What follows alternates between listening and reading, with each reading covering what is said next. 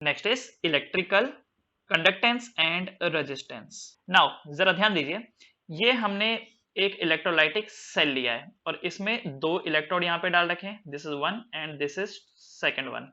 ये इसके अंदर है electrolytes, these are the electrolytes, और ये हमने कनेक्ट कर रखा है इसको एक सोर्स से। ऑलराइट, तो यहां पर आप एक चीज देखेंगे कि जो रेजिस्टेंस है, इसके जो रेजिस्टेंस है, रेजिस्टेंस ऑफ द सेल, मतलब यहां पर जो रेजिस्टेंस ऑफ सेल है, जिसको शॉर्ट में हम लोग इंटरनल रेजिस्टेंस भी बोल सकते हैं, इंटरनल रेजिस्टेंस। क्यों ये इंटरनल रेजिस्टेंस है? ऑब्वियसली ये सेल के अंदर की बात कर रहा है ना। तो ये जो रेजिस्टेंस है is directly proportional to the L. L का मतलब क्या हो गया यहां पर? सेपरेशन या फिर distance between electrode, between electrode. ये देखिए ये इलेक्ट्रोड है, इनके बीच का जो डिस्टेंस है, इनके जो बीच का डिस्टेंस है ये एल है। तो जितना ज्यादा एल रहेगा, जितना ज्यादा एल रहेगा उतना इंटरनल रेजिस्टेंस रहेगा। दूसरी चीज, ये जो आर है, R is also inversely proportional to the area. क्या है ये? This is the area of electrodes, this is area of electrodes. आपने ये जो इलेक्ट्रोड लिए हैं इनका एरिया ऑफ क्रॉस सेक्शन, नहीं क्रॉस सेक्शन तो नहीं बोल सकते हैं, जस्ट एरिया बोल सकते हैं हम लोग ना, कि एरिया कितना है। जितना ज्यादा एरिया होगा उतना ही इंटरनल रेजिस्टेंस कम होगा, क्योंकि उतना ही फिर आयंस इजीली ट्रेवल कर पाएंगे, राइट। तो अगर हम इन दोनों को आपस में कंबाइन कर दें, this is one and this is two, so you will find that कि resistance is directly proportional to L by A, और फिर यही होता है कि यहाँ पे रेजिस्टिविटी का साइन आता है एल डिवाइडेड बाई ए। और ये फॉर्मूला आपने पढ़ा सा, ये फॉर्मूला याद है? ये फॉर्मूला, हाँ ये फॉर्मूला हम लोगों ने पढ़ा था, लेकिन वो इलेक्ट्रॉनिक कंडक्शन के लिए पढ़ा था, दैट इज मेटल के लिए पढ़ा था। यहाँ पर ये जो रो है रेजिस्टिविटी, है ना, या फिर इसी चीज को स्पेसिफिक रेजिस्टेंस भी बोला जाता है, स्पेसिफिक रेजिस्टेंस भी बोला जाता है। और आर क्या है? R is the resistance, R is the resistance, right. Okay, अब यहां पे सारी चीजें तो वैसे आपको पता है, internal resistance, rho, L by A, ये सब बेसिक बेसिक चीजें तो आपको पता ही है। अगर आप यहाँ पे एल की वैल्यू को 1 कर दें, 1 यूनिट मतलब 1 सेंटीमीटर, ए की वैल्यू को आप 1 सेंटीमीटर स्क्वायर कर दें, तो ऐसे में जो स्मॉल आर की वैल्यू है वो रो के बराबर हो जाएगी, रो के बराबर हो जाएगी, है ना। तो आप ये बोल सकते हो कि the internal resistance R is equal to rho when the length between the distance between the electrode is L is 1 centimeter and the area of cross section area of the plate is 1 centimeter square, area of the plate is 1 centimeter square। तो ऐसे में resistance की value रो के बराबर हो जाएगी। तो आप इसे रो कैलकुलेट कर सकते हैं, इसे आप रो कैलकुलेट कर सकते हैं, ठीक है। अच्छा, रो के बारे में एक चीज और, कि ये जो रो है is directly proportional to the concentration of solution, rho is directly proportional to the concentration of solution. Concentration जितना ज्यादा होगा उतना ही ज्यादा रेजिस्टिविटी होगी। क्यों होगी? जस्ट इससे पहले हम लोग देख चुके हैं कि कॉन्सेंट्रेशन बढ़ाने पर कंडक्टेंस कम हो जाता है, और रेजिस्टिविटी क्या है? कंडक्टिविटी का उल्टा है ना। चलिए बात आई गई है तो इस चीज को भी लिख लेते हैं। देखिए ये जो रेजिस्टेंस होता है ना, resistance 1 by resistance, 1 by resistance, resistance को हम लोग आर से शो कर रहे हैं, is equal to conductance, is equal to conductance. Conductance को किससे दिखाया जाता है? जी से दिखाया जाता है, या कई बार इसको सी से भी दिखाया जाता है। तो 1 by resistance is conductance, reciprocal है ना, 1 by resistance equal to conductance. तो जिसका रेजिस्टेंस ज्यादा उसका कंडक्टेंस कम। उसी तरीके से 1 by resistivity, 1 by resistivity, resistivity क्या होता है? Rho is equal to conductivity, is equal to conductivity. और कंडक्टिविटी को हम लोग किससे शो करते हैं? के से। के क्या होता है? यहाँ पर कप्पा होता है। अच्छा, तो कंडक्टिविटी का और कंडक्टेंस का अगर यूनिट बोले तो कंडक्टेंस का यूनिट क्या हो गया? तो कंडक्टेंस का यूनिट होगा इसका पर ओम। देखो रेजिस्टेंस का क्या होता है? ओम, तो इसका यूनिट क्या होगा? ओम का पावर -1, और आप इसको ओ एच एम करके पावर -1 लिख सकते हो, या फिर इसको आप एम एच ओ करके लिख सकते हो, या फिर इसको साइमंस लिख सकते हो। ये सारी की सारी कहानी हम लोगों ने फिजिक्स में भी पढ़ रखी है ना। उसी तरीके से कंडक्टिविटी का यूनिट क्या होगा? कंडक्टिविटी का यूनिट, तो रेजिस्टिविटी का क्या होता है unit? What is the unit for the resistivity? तो रेजिस्टिविटी का होता है ओम मीटर। तो इसका क्या होगा? ओम, इसका क्या होगा? पर ओम पर सेंटीमीटर, है ना, पर ओम पर सेंटीमीटर, राइट। अच्छा, यहां पर एक चीज याद रखिए, आपके मन में आया होगा कि सर हम तो हर चीज ऐसा यूनिट में लेते हैं ना, तो यहां पर आपने सेंटीमीटर में क्यों ले रखा है? वो इसलिए क्योंकि यहां पर जब आप एक इलेक्ट्रोलाइटिक सेल बनाते हो, क्या सेल कभी मीटर में जाता है क्या? आप एक चीज सोचो, क्या सेल की जो सेपरेशन है क्या वो मीटर्स में रहती है? मीटर मतलब बहुत बड़ा हो गया यार, सेंटीमीटर स्क्वायर मतलब बहुत बड़ा हो गया। आपके पास जो सेल है, जो ड्राई सेल होता है वो कितना छोटू सा होता है। और आपने वो जो छोटे वाले सेल देखे होंगे जो उसमें लगते हैं, घड़ियों में लगते हैं, है ना, छोटे छोटे आजकल डिवाइसेस आते हैं, खिलौनों में लगते हैं ये सब, वो देखो ना कितना छोटा सा साइज हो गया। तो वहां पर आप अगर मीटर्स में कैलकुलेट करने बैठेंगे तो अननेसेसरी आपके पॉइंट्स में आंसर बनेंगे, तो वो प्रॉब्लम देगा। इसीलिए हमने यहाँ पर एल को सेंटीमीटर में लिया और एरिया को भी सेंटीमीटर में लिया, ताकि ये जो पॉइंट से ज्यादा ना जूझना पड़े। तो ये हो जाएगा पर ओम पर सेंटीमीटर। या फिर इसी चीज को, पर ओम को आप क्या लिख सकते हो, ये जो यहाँ पे है पर ओम, इसको और क्या लिखा जा सकता है, MHO सेंटीमीटर का पावर -1। या फिर इसको लिखा जा सकता है साइमन सेंटीमीटर का पावर -1, सेंटीमीटर का साइमन सेंटीमीटर का पावर -1, करेक्ट। ओके, तो ये कुछ कुछ बेसिक चीज थी जो पहले से पढ़ भी रखी थी। अगर आपने एक इलेक्ट्रिक करंट पढ़ा होगा या करंट इलेक्ट्रिसिटी फिजिक्स का, तो ये सब चीजें आपको पता ही होंगी। यहां पर एक और चीज है जो ध्यान देने लायक है, उसको हम बोलते हैं सेल कांस्टेंट। उसको हम बोलते हैं सेल कांस्टेंट। तो मैं थोड़ा सा नीचे इसको कर देता हूं। अगली जो चीज है important, that is called as cell constant. Cell constant, जिसको सीसी में लिखा जाता है। Cell constant is equal to, cell constant is equal to L divided by A. L का मतलब क्या था? Separation between, separation between electrodes, separation between electrodes. And A क्या था? Area of electrode, area of electrode, यही था। तो इसीलिए ये बोला जाता है सेल कांस्टेंट। अच्छा, ये जो सेल कांस्टेंट है, आप एक चीज सोचो, ये सेल कांस्टेंट को सेल कांस्टेंट क्यों बोला गया? एक बार जो आपने इलेक्ट्रोलाइटिक सेल बना दिया, तो क्या इनके बीच का जो सेपरेशन था, ये ए सेपरेशन, क्या ये फिक्स हो गया? क्या ये फिक्स हो गया, है ना? उसके बाद आपने जो प्लेट लिया, सॉरी, सेपरेशन को तो हम एल से डिनोट करते थे, yes, this is L, this is the L, right. तो इनके बीच का जो सेपरेशन था, क्या वो फिक्स हो गया? उसके बाद क्या यहाँ पर जो एरिया था वो फिक्स हो गया, एक बार आपने अगर सेल बना करके तैयार कर दिया तो? इसीलिए इसको सेल कांस्टेंट बोला जाता है। तो मैं एक और बार यहाँ लिख देता हूं, the cell constant is equal to L divided by A. Cell constant is equal to L divided by A. क्या मैं इसको और भी किसी फॉर्म में चेंज कर सकता हूं? किसी और फॉर्म में चेंज किया जा सकता है, जैसे रेजिस्टेंस होता है रो एल बाई ए, तो क्या इसी चीज को मैं चेंज करके ऐसा ले सकता हूं कि R is equal to rho L by A को सेल कांस्टेंट बोल सकता हूं मैं, सेल कांस्टेंट। तो एक फॉर्मूला यहाँ पर ये और बन जाता है ना, ये देखो, ये सीसी एक ही है। दूसरा, क्या मैं ये बोल सकता हूं R by rho is equal to cell constant, है ना, इसको ऐसे भी दिखाया जा सकता है।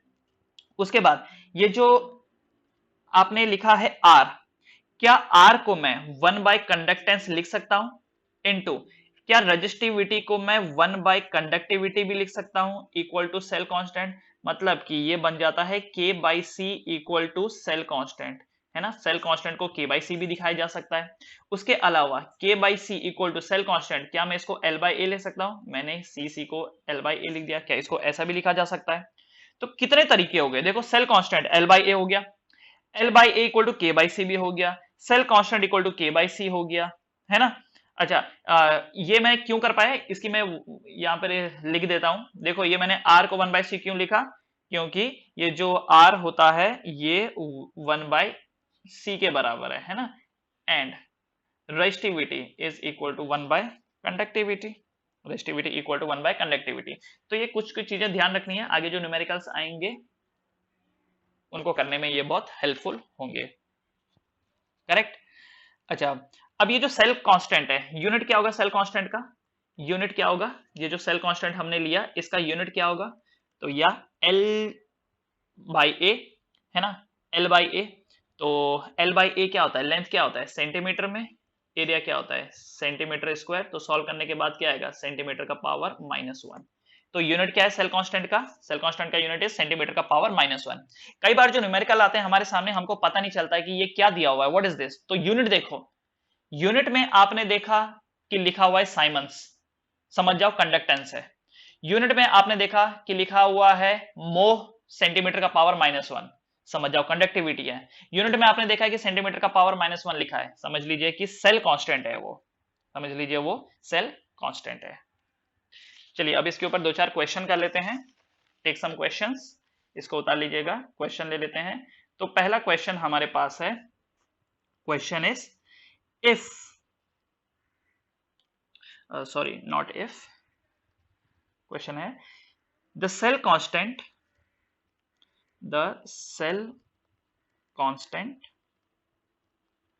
of a cell is 0.47 per centimeter.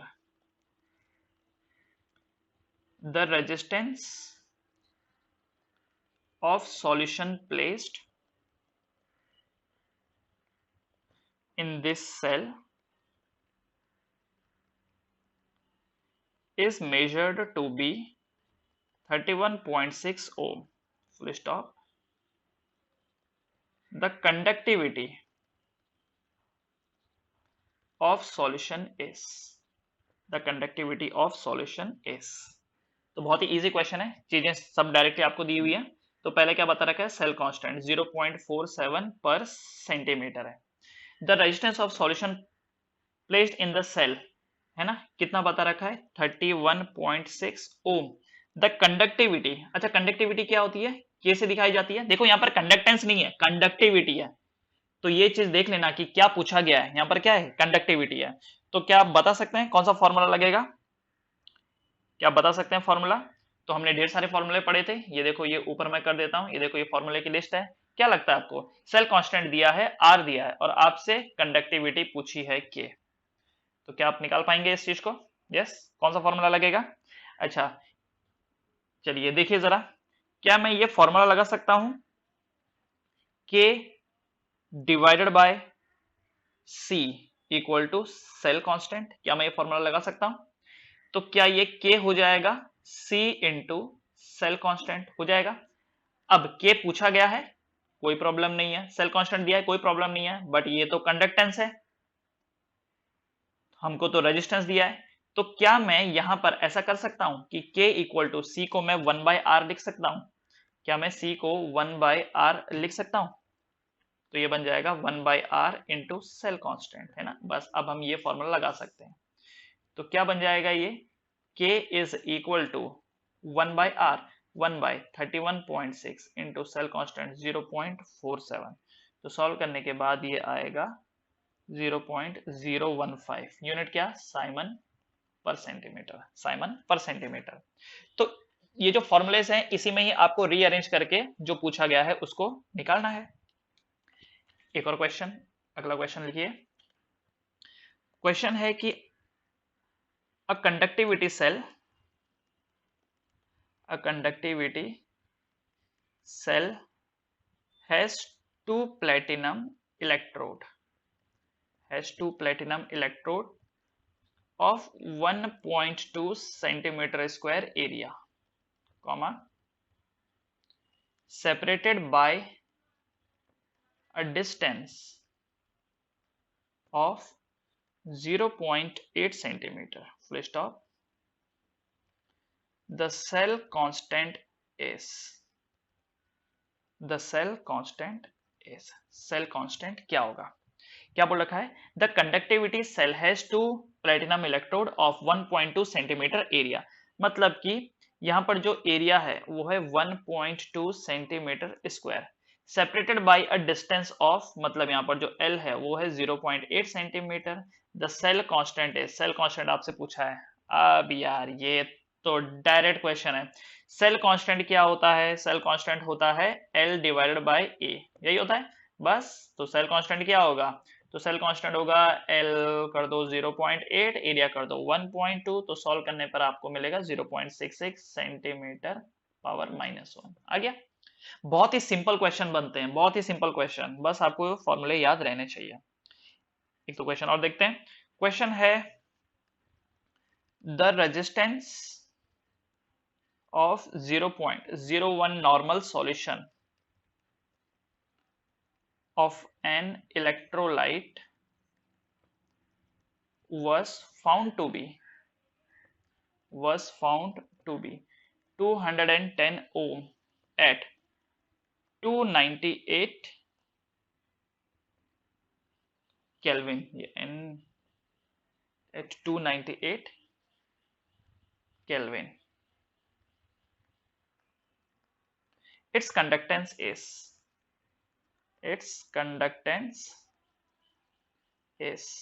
उसका कंडक्टेंस क्या होगा? तो ये आपके सामने सवाल है, तो जो जो पता है लिख लो बस। तो पहली चीज क्या बता रखी है? द रेजिस्टेंस ऑफ, अच्छा रेजिस्टेंस है 210 ओम, है ना। The resistance of 0.01 normal solution of an electrolyte, N का मतलब होता है normal, of electrolyte was found to be 210 ohm at 298 kelvin. Its conductance is, तो कंडक्टेंस आपसे पूछा है ना, तो कंडक्टेंस को हम लोग जी से रिप्रेजेंट करते हैं या सी से भी रिप्रेजेंट कर सकते हैं। तो मुझे बताओ कंडक्टेंस और रेजिस्टेंस का क्या रिलेशन है? तो conductance is equal to 1 by resistance, पढ़ा था ये formula, conductance equal to 1 by resistance, बस डायरेक्टली फॉर्मूला लगा दीजिए। तो क्या बन जाएगा ये कि conductance equal to 1 divided by 210, तो सॉल्व करने के बाद आएगा 4.76 इंटू 10 टू द पावर -3 मो MHO। आप बोलोगे सर फिर ये क्यों दिया हुआ है 0.01 नॉर्मल सॉल्यूशन 298 केल्विन, ये क्यों दिया हुआ है? बस ऐसे दिया आपको कंफ्यूज करने के लिए, अटकाने के लिए। एक और क्वेश्चन देखिए, द रेजिस्टेंस ऑफ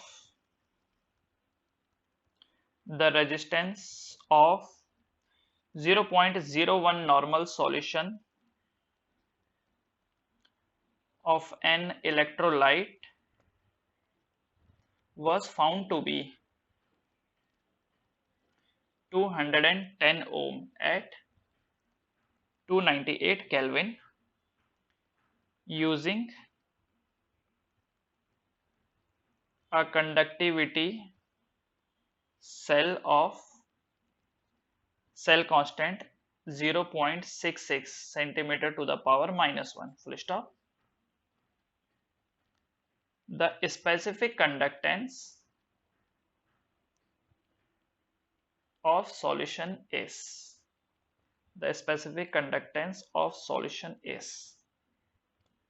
तो क्या बोल रखा है? The resistance of 0.01 normal solution of an electrolyte was found to be 210 ohm. ठीक है जी, तो रेजिस्टेंस है 210 ओम at 298 Kelvin using a conductivity cell constant is 0.66 centimeter power -1.